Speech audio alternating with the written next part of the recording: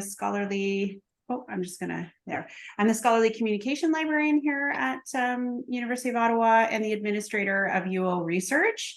With me today, we have Nathalie Leonard, who's the research librarian in law, and Jolene Urtubise, who's the student success librarian. And we will be covering the process of submitting your research to UO Research.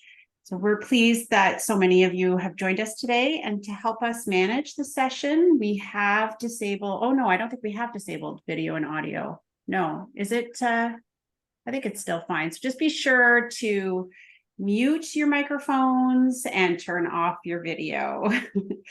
And then the chat feature is available for questions, and we'll be taking questions at the end though. So feel free to plop them in as we're moving through the session today.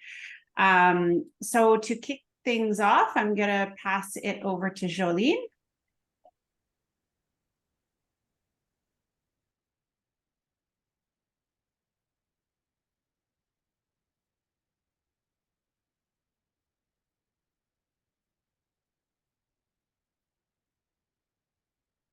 Okay.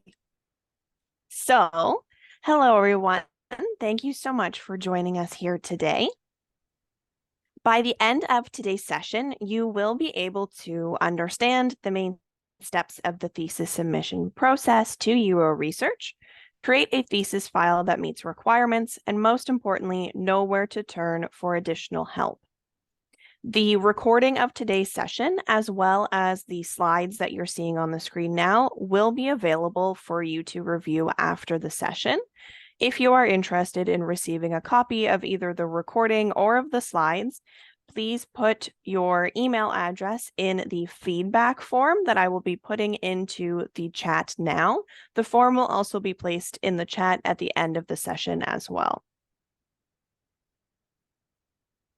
So today's session will be split into 4 main sections where we will discuss an overview of the post-defense thesis process, how to prepare your thesis file, how to submit your thesis in UO Research, and how to monitor that submission.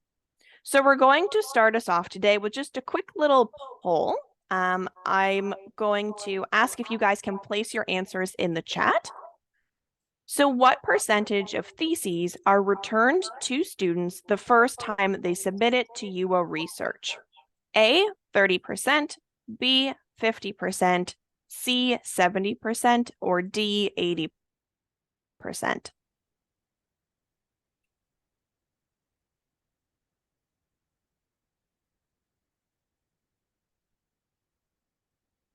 I'll give seconds for any other answers that are coming into the chat.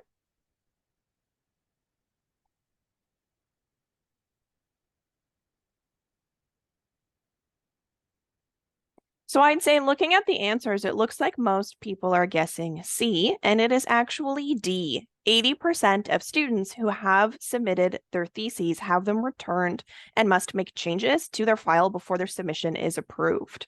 So that's kind of what we're here to help you with today. Hopefully you won't be part of that 80%. You'll be part of the 20% that will hopefully be growing in number. Okay. Let's get started with just a quick overview of that post-defense thesis process. So this is just to give you a better idea of what to expect as you enter into this process. Thesis submission doesn't start until you have successfully defended your thesis. So congratulations on your successful thesis defense. After successfully defending, you will have 30 days to submit your thesis. The library will then review the submission to ensure that it meets all of the requirements. If you're one of the 80% of students, you will receive an email from the UO Research team that details all of the necessary corrections, and you will make those corrections and then replace the submission file with the updated version. And this may happen more than once depending on your specific circumstance. Once you've met all requirements, you will have a successful submission and you'll receive a permanent link to your thesis. Our hopes today is to make this process even simpler and easier for you. After today's session, you will have a better understanding of the thesis submission requirements and will be able to ensure you meet them prior to submission. So hopefully after today, your process will look something more like this. You'll still have to submit your thesis within 30 days of your defense, and the library will review your submission to ensure that all requirements are met. However, since you have accounted for these requirements, you will go straight to a successful submission. So the three key things that we want to focus on today to make sure that this process is as easy as possible for you is how to prepare your thesis file following the file requirements, document accessibility, and copyright, how to actually submit your thesis, and how to monitor the state of your submission. So we're going to jump right into preparing your thesis. First, why is formatting so important? There are a variety of different reasons why these requirements are in place, including best practices, university policies, etc. But in addition to that, they are very important for the Library and Archives Canada Theses Canada program. With this program, Library and Archives Canada collect and preserve theses from participating universities, and this really helps to ensure the long-term preservation and discoverability of these theses. This program captures and collects theses through an automatic process, and for this process to work correctly, it uses the formatting and naming requirements presented here today. So if these requirements are not met, your thesis may not be captured and preserved. You can also view examples of other theses from your faculty or department by looking in the UO Research Thesis Collection. So let's jump right into the specific file requirements that you are required to meet. The first we'll be looking at is the title page. So your thesis starts with the title page, and there are certain requirements for its appearance and contents. Here on the right, we can see an example of a correctly formatted thesis title page. It contains the traditional elements of title, author name, faculty, department, copyright, etc. You can also download a formatted title page template if you are interested.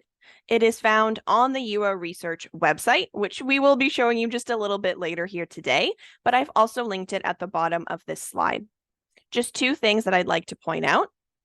The name on your title page must be your full name as it appears in UO Campus. So if you wish to change how your name appears, you must contact the registrar through InfoService. Secondly, you must include a copyright statement indicating the year of your online submission to UO Research.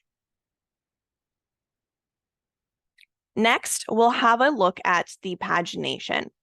The first thing I'll mention is that your thesis file should not have any blank pages. We just saw a correctly formatted title page. Your title page does count as a page. However, as you may have noticed, there is no page number listed on the title page itself. Your page numbers will begin on the second page of your document with the abstract. The abstract with a Roman numeral 2. You will continue on each of the following pages, the acknowledgements, table of contents, etc., with consecutive Roman numerals. Once you reach the first page of your first chapter or your introduction, you will switch to Arabic numbers. So the first page of your first chapter will appear as page 1, and you will continue on each of the following pages with consecutive Arabic numbers. Lastly, make sure that you update your table of contents to accurately reflect both the Roman numerals and the Arabic numbers.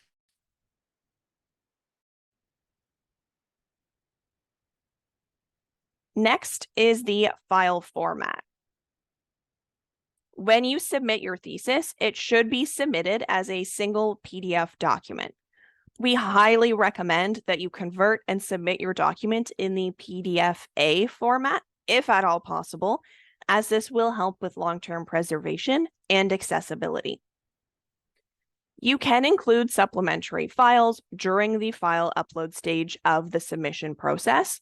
So these would include any additional files that support your thesis, for example, multimedia files or data sets, and these can be uploaded in other file formats. Next is the actual file name itself. So there is a specific file naming convention that must be followed for your PDF file. So it should appear as last name underscore first name underscore year underscore thesis.pdf. Again, your thesis file name must include your full name as it appears in UO Campus. And so again, if you wish to change how it appears, you must contact the registrar through info service. There are also certain characters that cannot be included in your file name. So you cannot include diacritics, punctuations, apostrophes, or symbols other than that underscore, which is required as part of the naming format. If your name includes any of these characters, you must remove them from the file name. They can be included in your name on the title page, but cannot be present in the actual file name of the document. Lastly, the year should be the year of your online submission to UO Research. And so we have this formatted example here where we can see Hatheril underscore Jeanette underscore Anne underscore 2021 underscore thesis dot PDF. The last thing I'll mention quickly today is related to the presence of personal information. Once your thesis submission is accepted, it will be freely available online through UO Research and through the Library and Archives Canada program. As a result, we want to make sure that you're not sharing any personal information with the public. To protect your privacy and the privacy of others, do not include any personal information in your thesis file. So please remove any signatures. You may have signatures in different forms, in your appendices, etc. All these should be removed.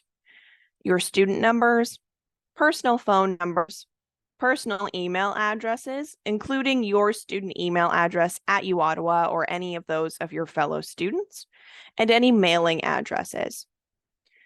Now, this does not apply to the business or professional contact information of professors, only to the actual personal information. And so that is it for me today. And now I'm happy to pass it over to Natalie, who will provide further guidance on accessibility and copyright. Thank you, Jolene. So allow me for the next few minutes to talk about accessibility and to show you how easy you can make your Word document an accessible one. So allow me to share my screen. Here we go. And let me do this.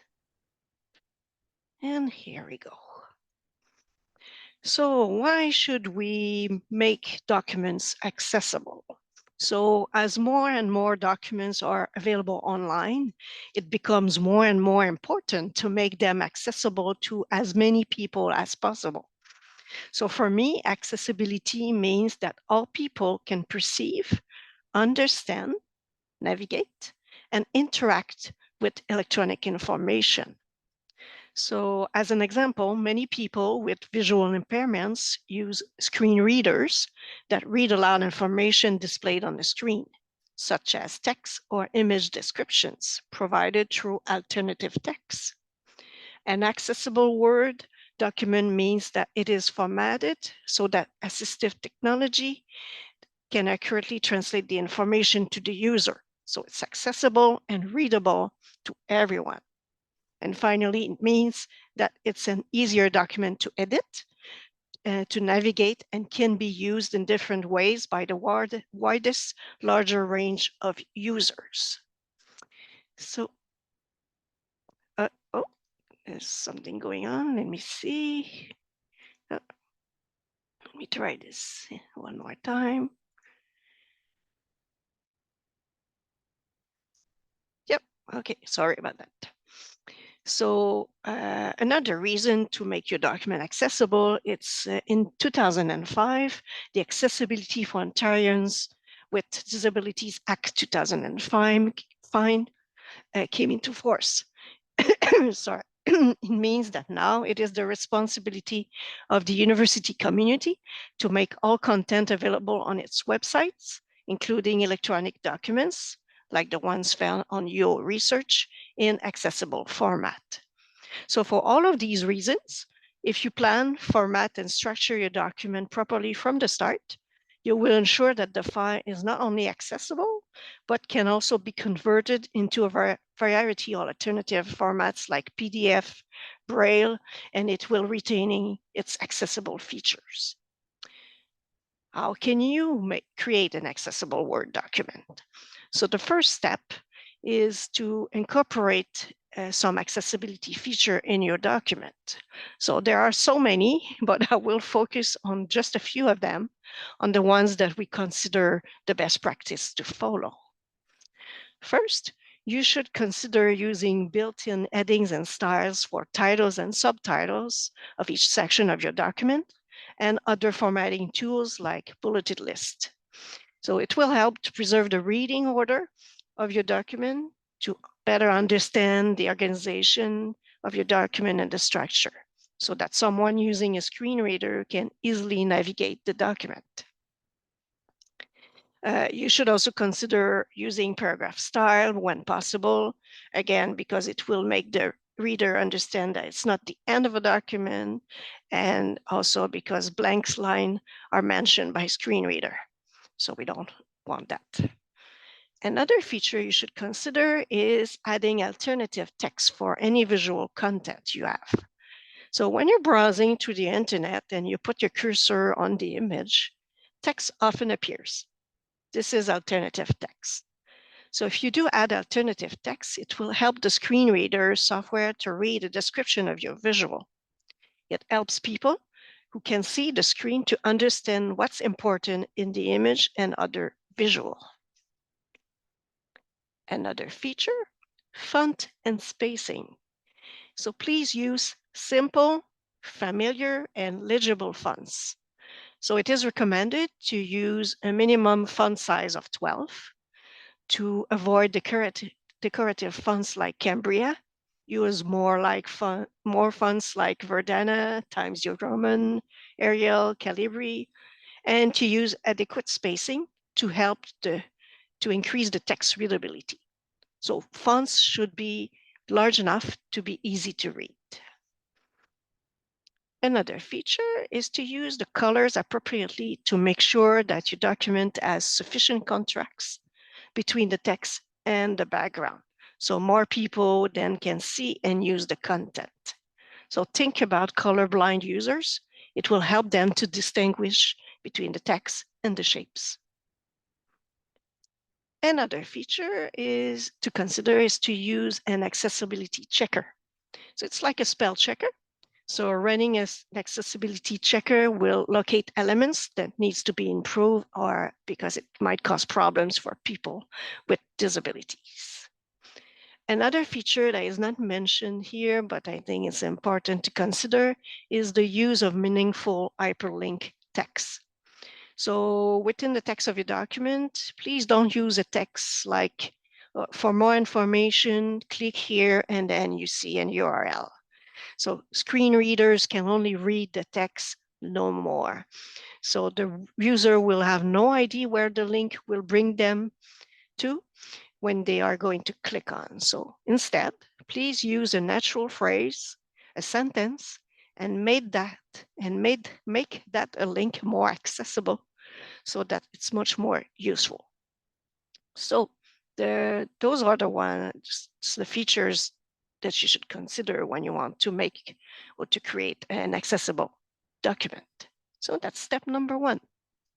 Step number two, you need to, after you have incorporated those features, you need to convert your document to an accessible PDF. So right here, we've put some links to resources that will help you to do that. I will show it to you how it works in a few minutes.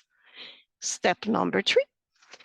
Sometimes when you do convert your document to an accessible PDF, some accessible elements are removed for different reasons. So it's a good idea to do a final check on your PDF. So here again, you have some links to help you with that. So now allow me, sorry, I went too fast. Allow me to talk about copyright compliances and how it affects your sorry, the content included in your thesis. So first, copyright. So while you own the copyright on your thesis, this ownership only applies to the content you created and for which you will own the copyright. But if you're producing third-party content, or if you have assigned copyright to a publisher, it is your responsibility to make sure you respect Canadian copyright law and that you follow certain rules to ensure that you use the materials properly. So it means that you need to obtain written permission from the copyright owner and maybe supply copies of those permissions upon request by the university. Wherever possible, try to use alternatives and exceptions to material under copyright. By example, using your own work for which you own the copyright. Use public domain work that doesn't fall under copyright, or open content which is free to use. So do remember, copyright applies not only to text content, but to any standalone items such as image, photo, table, graph, diagram, figures, maps, etc. reproduced in your thesis. If you are including articles that you have previously published or have been submitted for publication in your thesis, do not assume that you own the copyright to the final published version. You must obtain a written permission from co-authors. If a journal holds the copyright, you need to verify which version of the articles can be reproduced without permission from the journal. Most publishers will allow you to include the final draft version that has been peer-reviewed, but not yet the formatted one by the publisher. So to better understand what you're allowed to do, just go to the publisher's website to look for their policies or refer to your publishing agreement. And also I would like to take the opportunity to talk about, sorry about that, to talk about Creative Commons license. So let me just do this again. Here we go. So Creative Commons licenses, because they apply to your thesis.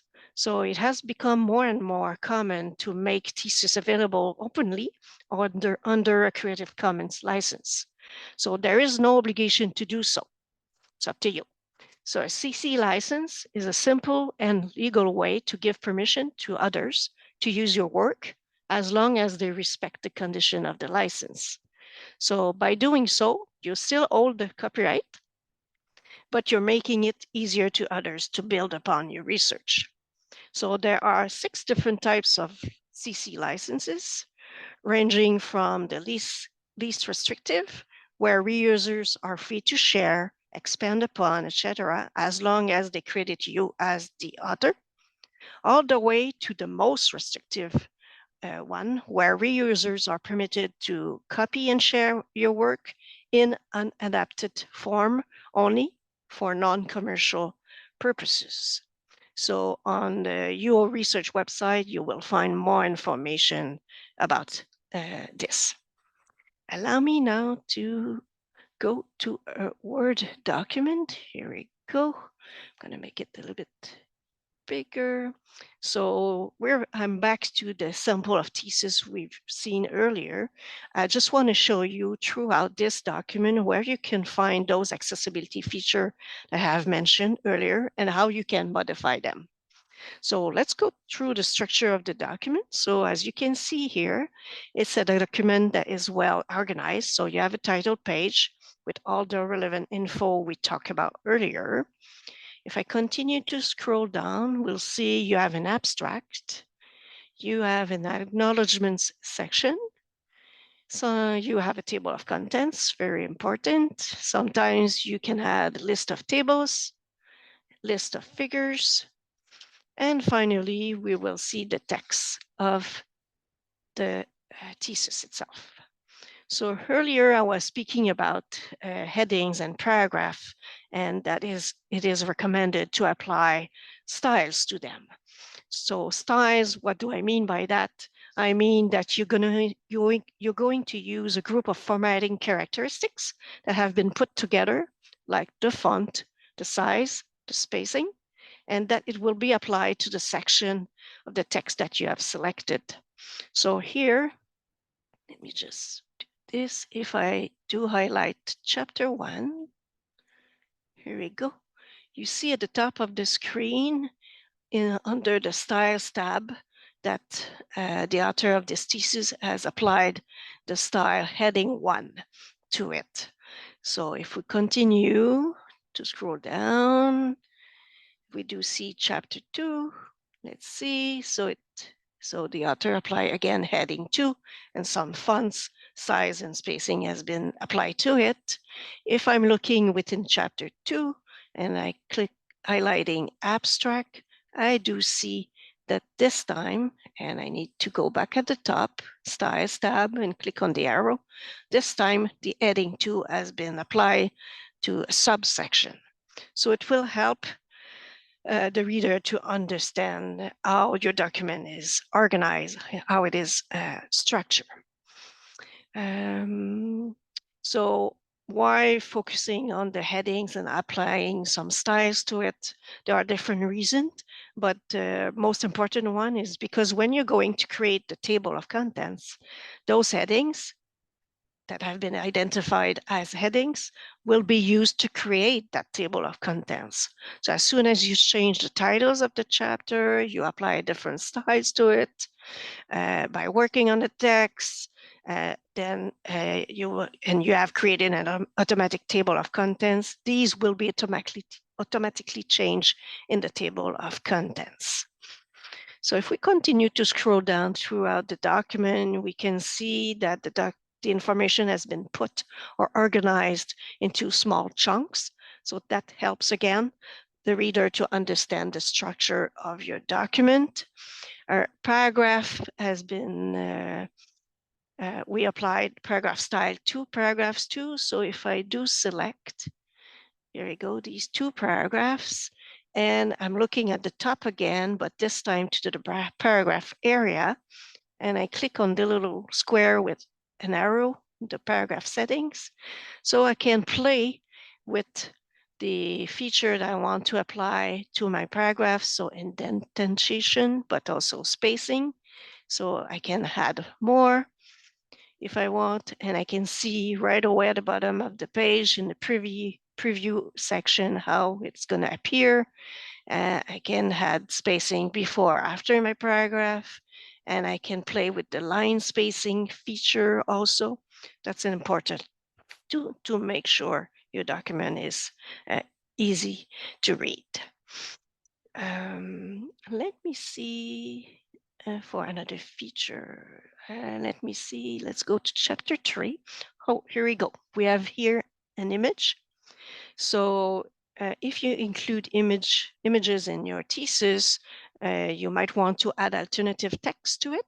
So how you can do this, it's a question of right-click on it, scroll down and selecting View Alt Text, and you will see appearing on the right a section showing 1 or 2 lines that you can add to it. Short sentences, maximum 2, that describe the image to someone who is blind or with low vision. It will explain what the reader will see when it's going to click on it. So that's alternative text.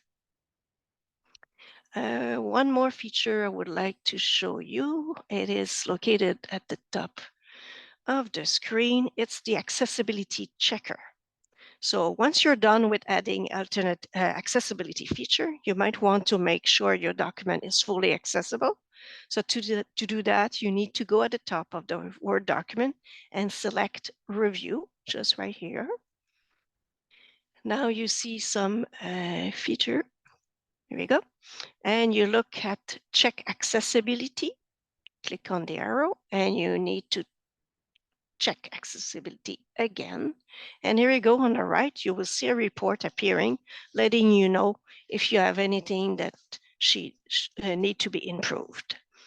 And finally, the last feature I would like to show you is, and it has been mentioned earlier in the presentation, it is recommended to save your document as a PDF accessible format. So to do that, you need to save your document. So you need to click on File, and you need to click on Save a Copy. So you have the name of the file right here on the right. Instead of saving it as a Word document, I'm going to pick PDF format. Now I do see a link just above that search box saying more options. So I'm going to select more options. I'm going to go at the bottom of the section and click on options again. And at the bottom again, under PDF options, I will make sure to check PDF A compliant. And here you go.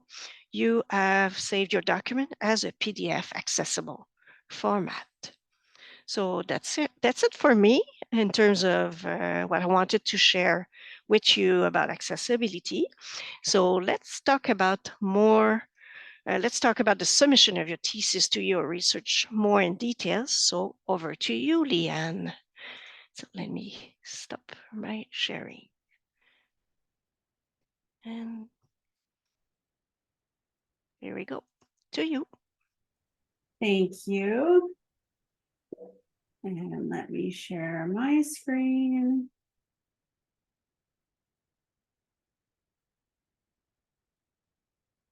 There we go. And everyone can see the screen, hopefully. Yes. Okay, great. Okay. So once you have properly formatted your thesis and made your document accessible, it's time to submit your thesis. Students must submit their thesis to UO Research within 30 days of your defense, and you're going to need approval from your academic unit to do this. So first you will log into UO Zone and submit your thesis for your thesis supervisor and academics unit's approval by using the service request approval of the final version of the thesis. At this time, you have the option to also request an embargo on your thesis. The optional embargo provides a delay of the online access or publication to your thesis for a specific period of time. This can be anywhere from 6 months to a year, but up to a maximum of 5 years. And this is built into an academic regulation, so it has to be one of the specified time periods indicated in the embargo form. You have the option to also restrict the abstract from appearing online during this time. In order to delay access to your thesis, you will need to complete and sign the embargo request form and have this approved by both the supervisor and the department chair, and submit it with your thesis using the same service request as above, so the approval of the final version of the thesis. It's important to wait until you receive an email that you can submit to UO Research. This can be a little bit of a confusing step, as your supervisor may have approved their request, but your academic unit also needs to approve the request. So there's 2 steps to the final approval stage. Once your academic unit has approved the request, then you can proceed with the submission. So here we have a sample of the email that you will receive. So, dear student, we're pleased to inform you that the service request regarding the submission of your revised and corrected thesis has now been approved by your thesis supervisor. So this means that the version of your thesis submitted through the service request has been accepted for final submission.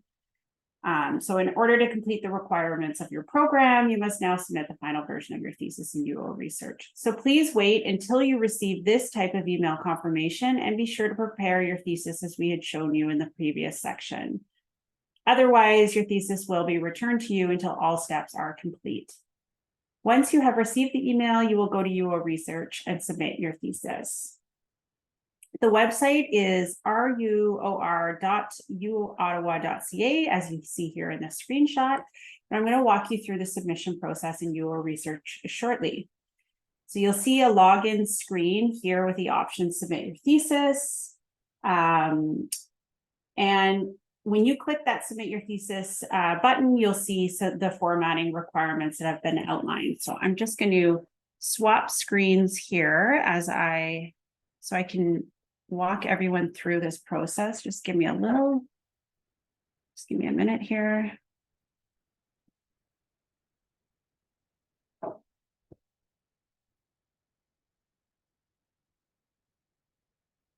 Okay.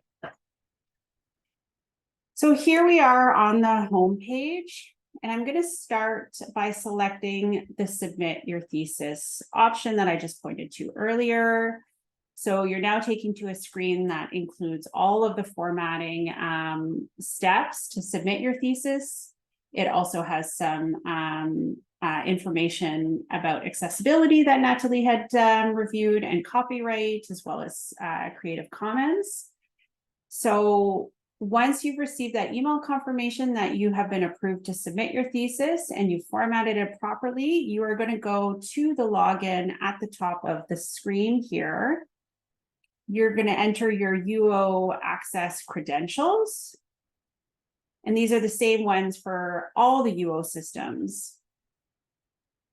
You're going to select new submission here. And you will always select the default option with it, which is Thesis 2011 to present. So that will be the default. So you don't need to change that.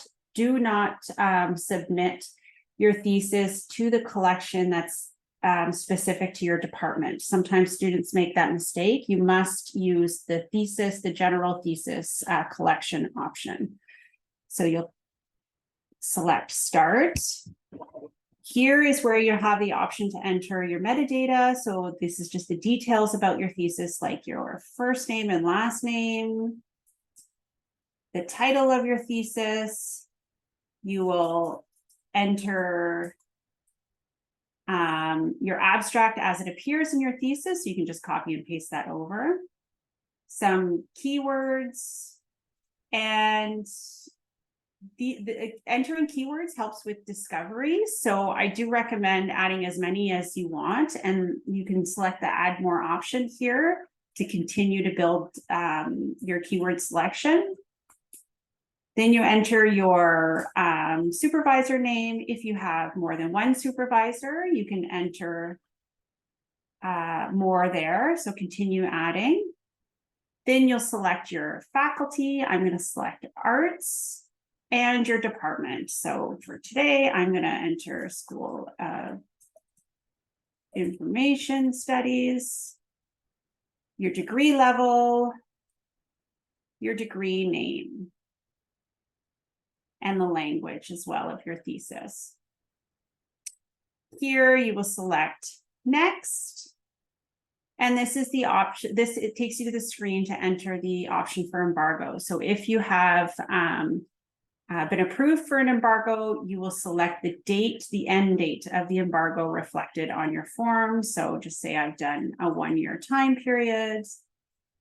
I'm going to select the 22nd of 2024 and then select next. So now you're taken to the option to upload your thesis file. So your thesis submission should be a single PDF file. Select file and select your thesis option here, making sure the naming convention follows what we had, the formatting requirements. So last name, first name, middle name.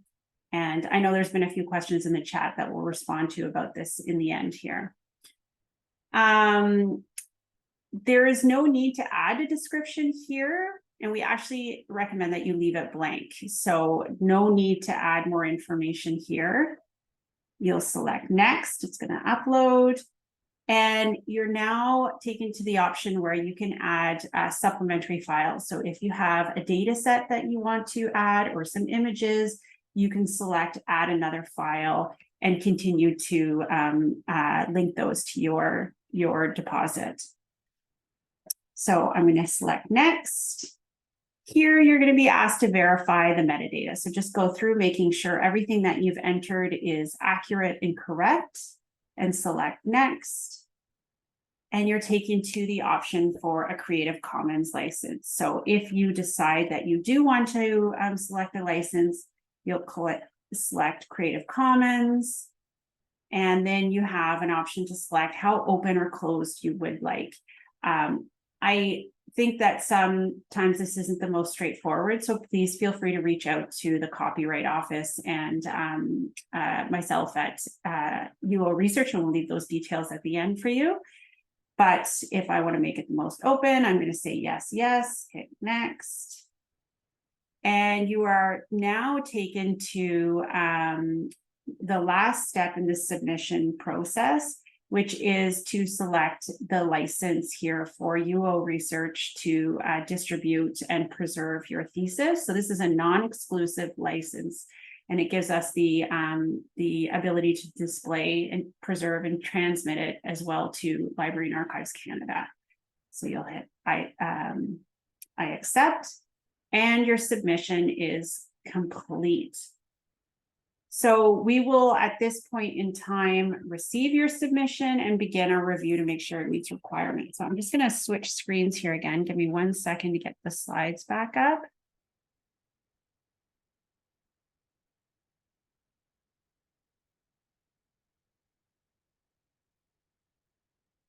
There we go. So we will begin the review to ensure it meets requirements, like formatting, as we've gone through, proper pagination, and that the document accessibility, as Natalie had gone through, is highly recommended. We do not check for accessibility at this time, but we may in the future. The main things are verifying formatting and that you have the approval for an embargo if you've submitted one. But now you are in charge of monitoring this submission.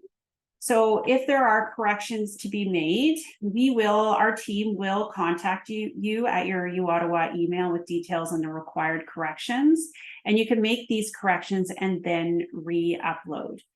You do not need to create a new submission to resubmit a corrected thesis. Rather, log into your workspace in UO Research, remove the previous file, and replace the file with the corrected version. So once again, do not start a new submission. Once you've submitted the file with the correct requirements, you will receive an email from UO Research that it's been accepted, and you will receive a permanent URL, and in 24 hours, receive a DOI, so a digital object identifier that will be assigned to your submission. And at this point, you are done. So here we're just sharing with you a few resources, and if you would like, as Jolene mentioned, a copy of these slides with the links to these resources, just plop your name in the feedback form at the end. So here we've got instructions on submitting your thesis, but again, that is on the UO Research site when you click the Submit Your Thesis button. There's copyright information. We recommend that you do review this, especially if you're doing a thesis with a series of articles. The Office of Graduate and Postdoctoral Studies has a thesis handbook, and the Accessibility Hub has some great resources to make your document accessible, as well as websites and videos. So thank you all for attending today. Jolene's going to plop a link in the chat for feedback, and we will go through some of the questions in the chat. So I'm going to stop sharing my screen now. There we go. So I'm happy to read out the questions from the chat in the order that they appear